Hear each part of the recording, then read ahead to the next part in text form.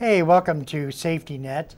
This is a program in which Mike Thompson and Patrick Dangle get a chance to interview with the police chief at the University of Rio Grande. We have some interesting topics. Stay tuned.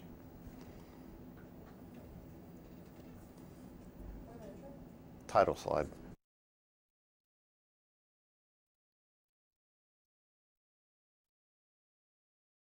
Welcome back to our Safety Net. I'm Patrick Dangle, Mike Thompson. We're going to be talking with Scott Borden. Scott Borden is the police chief at the University of Rio Grande.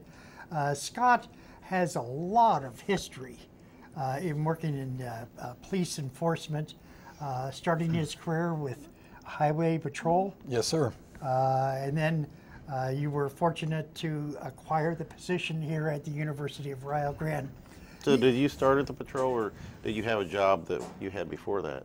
The only job, I graduated high school in June of '78 and started the Highway Patrol in September of '78. So I've Okay. had, when I retired after 32 and a half years of the patrol, I took the weekend off and started here. So 40 years I've had 2 months off of not being in law enforcement. Wow, wow. And, you know, is it a career field that a lot of individuals should consider, gravitate towards? Highway Patrol or law enforcement? Or Law enforcement, obviously, you know, the way the world is now, you watch the news, it's scary, and, and the ability to help people and keep them from having harm in their families. The Highway Patrol was great to me. It's, it's one of the more elite police organizations in the country. I had a great career, and I heard one of my old bosses told us one time that everything that you get after the Highway Patrol is because of the Highway Patrol. So I believe a lot of the reason the university had enough faith in to offer me a position is because of some of the things I accomplished in the Highway Patrol. So it's a very worthy profession. So what's the mission of, say, like a police force or the state patrol? I know those are probably a little different considering what they patrol. The Highway Patrol has a lot of, obviously people think of them on the highways and keeping people safe and, going to your traffic crashes. They're very, very big into drug interdiction now. That's, over the last 5 or 10 years, that's become a very, very big thing. But they actually do a lot of things that people don't realize. They inspect the school buses, they do salvage inspections, they investigate all crimes on state property, all the state prisons, Lucasville, Chillicothe. As a matter of fact, today's the 25th anniversary of the Lucasville riots, April 11th, Wow, 1993. that's right. Holy I spent 24 days there, the whole 12 days of the riot, and then 12 days afterwards. So they do a lot of stuff within the prisons. So they do a lot of things,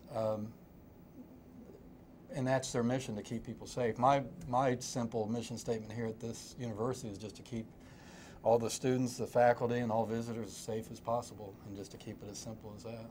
You know, Scott, it seems to me that in the last 10, 15 years, there has been a lot of bad things that have happened on various different campuses, whether it's high school or college.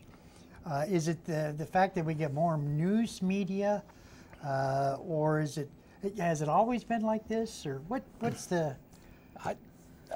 Like I said, I've hit almost 40 years in law enforcement now, and I guess my memory is that it's never been this bad. And I think, and it's a combination that you find out about more things. If things happen in Florida and Arizona and even across around the world, you probably never heard about it, but you hear about a lot of those things now. Sometimes there's good with that because you learn from what happened at those places and how to keep people safe. The bad part of it is people get ideas that they probably shouldn't or maybe wouldn't have got. There's a lot of variations. You got a lot of despondent people. You've got drugs are more prevalent. There's just a lot of things that have led to where when you go to work and you go to school that you have to worry about crazy people showing up, and it's just a shame. Even, you know, churches, movie theaters. I mean, it's a shame that you got to worry about things like that. One of my thoughts is I think there's been a decline in respect for your fellow man. You know, there were, you know, back in the 70s, you wouldn't ever have thought about doing anything like that. And now it's commonplace almost. And you're right, and it just seems, and I don't know whether sometimes it's the media coverage, it's the games that the kids play now, the war games and the games on their Game Boys and Xboxes and stuff.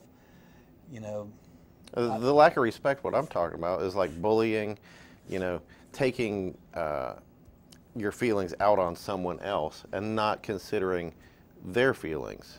And it's just all about me. I don't care about you or anybody else. It's got a lot meaner. I mean, when we were in school, there's always kids that picked on Right. people, but to the extent that you're talking about, it's just got extreme on the bullying. Right. The police, the teachers are the two people that probably would want to keep kids in line, and you know, there seems I've to be heard it even in elementary school. Well, Talking to teachers teaching K through 5, in the past 10 years, they've seen an increase in the lack of respect for each other. I mean, just how they disrespect teachers now, Mhm. and you know, I've even seen from the beginning of my career to towards the end when the Highway Patrol is how sometimes younger kids didn't have the same amount of respect. And I mean, I think we remember when we were kids, if the police stopped you, you'd been very respectful, and you were, you know, really worried what was going to happen. You were worried about, you know, how mad your parents would get. Mm-hmm. I mean, a lot of times you stop young kids now, and their attitude is, you know, what are you stopping them for? You don't have the right Right. to do that. Wait till my parents find out. I hope you didn't like your job. I hope you don't have a lot invested in your retirement. Never would have imagined as a kid, or even as I started as a young trooper, hearing that from kids. Mm-hmm. Like I said, it's some lack of respect for teachers. Law enforcement respect goes in cycles. You know, after 9/11, everybody, rightfully so, loved police, firemen. Mm-hmm. It went downhill some, and then, you know, the Boston bombing, it seemed like everybody loved police and fire again. And then, you know, unfortunately, when officers get killed, like the two really good guys in Westerville that were shot here recently, everybody, the community turns out and they love police, but then a couple things happen and they hate police. So it Right. just runs in cycles of disrespect, like you said. Well, I think sometimes the news media, and I don't mean to pick on the news media, but they are the ones that sort of focus in on whether it's positive or negative. They pour the gas on the fire, really. Yeah, yeah. And oftentimes, if something happens where an individual gets shot or they have a body cam, everything else is ignored, and it's as if they focus in on what the police have done wrong. And, you know, in a news clip, it's hard to that split second. I mean, you've probably all seen that shoot, don't shoot things, and Yeah. you guys were Yeah. part of that when the Highway Patrol came here a couple of years ago, is how quickly that happens. I mean, a half a second of, you know, is the difference between someone is pulling a gun or they pulling a cell phone out. I mean, you got that, what they always say, you got a split second to decide, and juries and media and other people have, you know, weeks and weeks to determine what you had to decide in a half a second. Right. You watch it on the news and you've seen this replayed 30 times. Well, I would have did this now. It's like, well, you guys didn't Yeah. have 30 times to figure this out. You That's have a a good half a point. second. Yeah. And Mike, you're very familiar with guns, and you realize how quick someone can get a lot of shots off. So that, you know, you hesitate, you know, a couple seconds is the difference. Not only the officer getting shot, but the people that they're there to protect. If there's a family, they come to a domestic, and there's a family there that's been, or a robbery, and you have someone that's getting ready to fire off 4 or 5 shots, they're going to hurt those people too, and you got to make a decision. Am I going to, you know, apprehend the bad guy, or am I going to let something harmful happen to the people you're there to protect? And it's a tough call with about a half a second to decide. Well, and I think from the time you probably started in law enforcement to now, the police and the public are both more afraid of each other. You know, you don't approach a car probably as you did in, say, the 80s as you would now. Now you would probably use more caution and thinking something might happen moreover. Yeah, especially as you watch the ones around the country, and you think, like after Westerville, I'm sure, you know, officers all around Ohio were just, you know, a heightened sense of awareness. Right. In the highway, when I was on the highway patrol, whenever we would, you know, there was a sergeant shot when I had just started. I was the first officer on the scene after he got shot.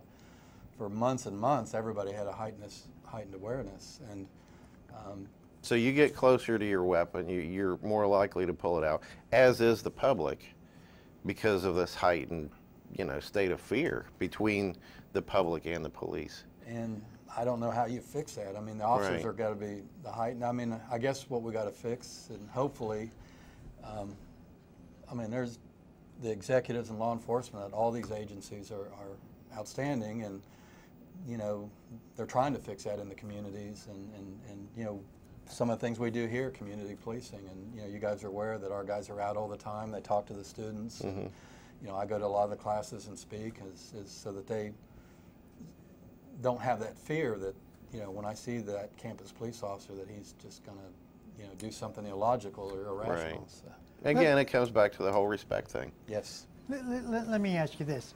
Not that I would ever speed. I've never, ever sped in my entire life.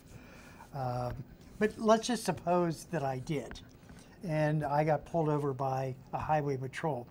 What is should I get out of the car? What should I do to keep the officer safe, or know that I'm... Put him at ease. Yeah, put him at ease, yes. You should never get out unless they ask you to get out. That's a mistake a lot of people do, and it's people that maybe not even... Wasn't that a thing back in the 60s and 70s? So you get pulled over and you get out. And You talk get out to the and you guy. start talking to them. Now they want you to stay in because, you know, if you're not used to getting stopped, like you don't speed, Yeah, and then all of a that's right. sudden one day you get stopped and it's the first time you've ever been stopped, you're all And you come out of the emotional. car going, "Hey, well, I Hey, didn't do you know, and that's a bad thing because they don't know why you're jumping out. The best thing is just to sit behind the wheel, put your hands up on your steering wheel, and just, they'll tell you what they want you to do. They'll walk up, they'll introduce themselves, they'll tell you why you got stopped. Keep your hands there, and when they tell you, you know, I need to, you know, see your license and registration, and just verbalize things, because just, And if you have a concealed carry, tell them that first. absolutely. The first break he gives you is like, "Hey, got a weapon in the car." Now they should know, because if it's on On the license? It's on the license plate. When they run your license plate, it should come back.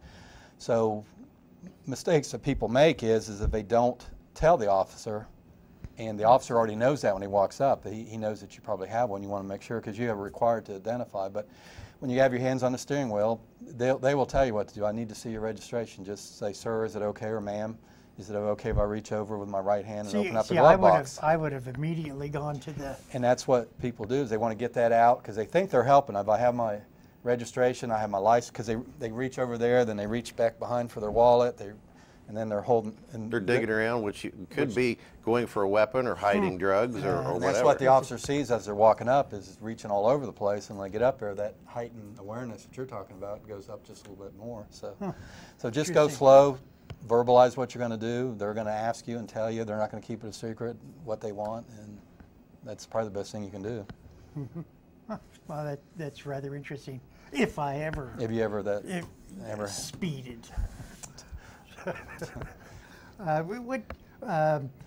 know that on campus you have a police force. You have some really dedicated individuals. We have some good guys, Yes. and a good gal too. Plus, if you count Carolyn, we're really Yes. good in shape. Yes. So. You ought to bring Carolyn on sometime. I bet you... Yeah, she'd love it, wouldn't Yeah, she? we offered it today, but we'll get her here sometime. Good. But you know, tell us a little bit about the police force. You know, some of the background of the individuals, and you know, just Maybe share some of with the common problems that Yeah. you see around. Thing that would surprise a lot of people is the campus police here is a 24/7 police department. There's always 1 to 3 officers here, depending what time of night, day it is. All the officers are fully certified police officers. They're not security guards. Not a thing wrong with security guards. They're just all fully certified, appotted police officers. And they're armed, and they're armed for one reason, to keep the students and you guys safe.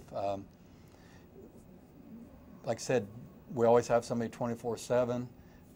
We've got 5 full-time officers, myself, I have a sergeant. We have several part-time guys that help fill the shifts and cover ball games and things. Some of the services that these guys offer are if your car battery goes dead, they'll come and jump your car battery. If you're lock your keys in your car, it's a horrible feeling. You think that nobody would do that. 166 people locked their keys in their car last year. Oops. And we've got a device that almost 99% of the time will get your car unlocked and get you moving on your way. We also have a service where young ladies, anybody having problems with ex-boyfriends, ex-girlfriends, husbands, just they come out, someone weird's in the parking lot. Myself, any of the other officers will come over with a golf cart, police car, walk over, and they'll get you to your class, get you your car, get you safe to your dorm, any place you need to go. We have really good guys. We have a couple of young new ones that are really good young officers. We have Yeah, but they've had a lot of background in police force well, prior. Prior, they You don't generally get somebody out of school. We've got a couple, Yeah. but even they have 600 hours of law enforcement requirements and a lot of rigid requirements. But some of the guys we've had here that have been here for a while, we've got a couple military guys. One guy we just hired a couple of years ago did tours in Afghanistan and Iraq, has a lot of prior sheriff's office experience, and just super pleased to have him. Mark Kenny was our officer of the year last year. Just if you've talked to him, he's just super with the kids, very community policing oriented, a lot of life experiences. Jeff Howell is a corporal. He's been here 8 or 9 years, has a lot of experience. My sergeant has military experience and prior police experience in North Carolina and Texas. We just have some, Matt Boggs, we have an officer that works our midnight shift, has been several police departments, been to South Carolina, was a supervisor for a large sheriff's department in South Carolina. So we're really lucky, and the campus is lucky. We've got some really good people, and yes, like you said, they're dedicated to the students, and they're dedicated to keep the campus safe. It's a big deal to them to know that they can prevent something bad from happening here and keeping you guys and all the students safe. I'm gonna ask a question that's very controversial, and I know that you have to follow the rules and regulations of the university itself. There is a question: should teachers be allowed to carry concealed weapons on site? Because right now, at the University of Rio Grande, you are not permitted inside the buildings to carry any firearms. Correct. But there seems to be a push for, like for instance, Mike has his concealed weapon, and he's kept up on the training and things of that nature. There is there ever going to be a possibility that individuals that have that background are allowed to carry into classes, or what's your feelings on that? If it was brought up statewide several months ago when they changed the law, and as far as I know, I like I said, I wouldn't swear to it, but 100% of the universities indicated that they didn't want that to carry on campus. Now they can have them in their cars, locked, if they're a CCW holder. This is my feeling, and this is just a personal, like you said, it's very controversial. Sure. There's several scenarios. The best case scenario in the whole world is bad guy shows up, a CCW holder, very competent like Mike, immediately takes them out, and all the staff and all the students are saved. That's the best case scenario. You know, unfortunately, that doesn't happen a lot. I mean, you don't read about that, and that doesn't happen. That's the best case scenario. I would be all for that. The downside to it is the other things that could go wrong, whether you're talking at a high school, an elementary school, or at a college, is just like all police officers aren't perfect, all teachers aren't perfect. There's been, I mean, right after the Parkland shooting, there was a teacher that had a weapon and held some students hostage for a couple hours. And if you have a teacher that just life gets to them, they're having marital problems, life problems, and they use that gun not for the purpose it was to be made for. If you get two kids that are fighting, I mean, just like we talked about earlier, you have police officers have to make split-second decisions.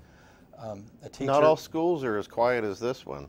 You've got a lot that are very disruptive and very confrontational to the teacher. Well, yes, if you got a high school and you got two kids wailing on each other and there's blood flying and stuff, and you have a teacher that's supposed to use that only on an active shooter, what is their reaction going to be? Do I need to save a life and things? And in the worst case scenario, and we've talked about it a couple times before, and especially with Mike, is the police officer mentality when I go someplace, when I know there's an active shooter, the alarms are going off, calls, people, you're going through the hallways and, there's people bleeding, you hear screaming, yelling, the fire alarms are going off, is that first person you see with a gun that's not in a uniform, the police mentality is that's got to be the bad guy.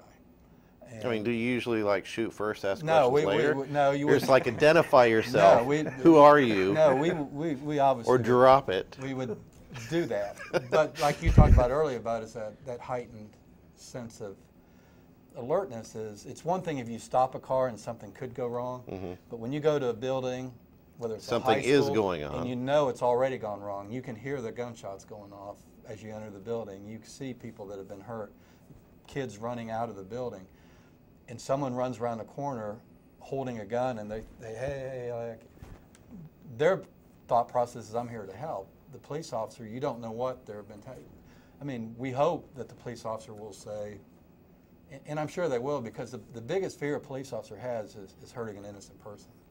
I mean, in January I'll have 41 years, and my whole 41 years is, if that situation ever occurred to me, whether I was a trooper on the road or an officer here, is to never hurt an innocent person.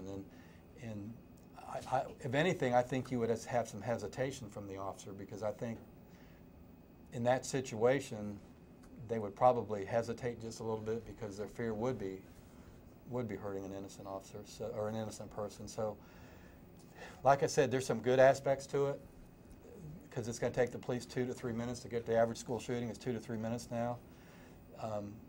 When I talk to your class and other classes, we try to get them to survive that 2 to 3 minutes.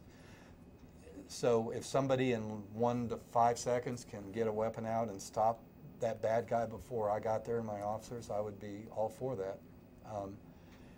I guess what worries me is the other things that could go wrong is the teacher's snap, the instructor's snaps of they use it in a situation, or if they don't lock it up right. And we'd all like to say they would lock it someplace and no one could ever get to it. But right, that was the other thing is, just walking up and down, you're proctoring a test and somebody grabs it. Or they know where it's at, or, right. Like I said, there's bad police officers and there's also teachers. I mean, if you get one of the people are flawed, no matter who they are. And we talk about CCW, and I know Patrick's heard me say this before, is, just because you have a CCW, I'm all for the Second Amendment, I'm all for the CCW. You're probably as concealed weapon. Concealed weapon. Yep. Mike's probably about as competent as a concealed weapon person as you can get. But just because you have a concealed weapon license doesn't make you perfect, because we look at how many people have a driver's license that shouldn't. Yeah. So it also doesn't make you the police. No. And I mean, some people would think that, well, I got a gun, so I'm going to. Well, and the thing you got to also look at is as a teacher or an instructor in a school, and you do get that moment where you have to pull the trigger, are you ready to be scrutinized for it? A police officer knows that's coming, and they hate it. I mean, there's been some shootings around the country here in the last 2 or 3 weeks where they were bang, bang, and happen instantaneously, and they're being scrutinized heavily by a lot of people, their departments, the community, the media. If you fire a weapon, prepare to be arrested. Yes. Right or wrong, prepare to be arrested and going through the well, system. you're going to be scrutinized, and just, and I know most of the educators that take on that responsibility take it on with the thought process, I'm going to stop a bad guy someday. Right. But then you have to have that, well, what happens after I do? All the hundreds of people that second guess every decision you've made. Absolutely. So there's good with bad, like Yeah. everything. Yeah. Well, Scott, we're just about out of time. I know that there's a training coming up, and you have about 30 seconds to talk about that training in depth. Mid-May, the Ohio State Highway Patrol SWAT team, they call them SRT, Special Response Team, will be on campus. They're going to have 15 or 20 local troopers, all the local police officers. Sheriff Wood is going to send some of his people down, and they're going to teach them how to go direct a threat and to keep that from ever happening at Rio Grande. Well, I think that's just fantastic. I want to thank you, Scott, for making your time available.